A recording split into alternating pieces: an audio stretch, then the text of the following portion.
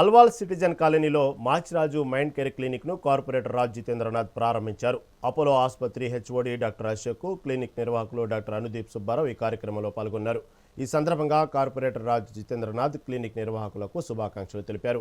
ప్రతి ఒక్కరికి ఆందోళన, ఒత్తిడి, డిప్రెషన్, కుటుంబ సమస్యలు ఉంటాయని డాక్టర్ మాచిరాజు అనుదీప్ సుబ్బారావు తెలిపారు. వాటి నుంచి ఉపశమనం పొందడానికి తమ క్లినిక్లో కౌన్సిలింగ్ ఇస్తామని తెలిపారు.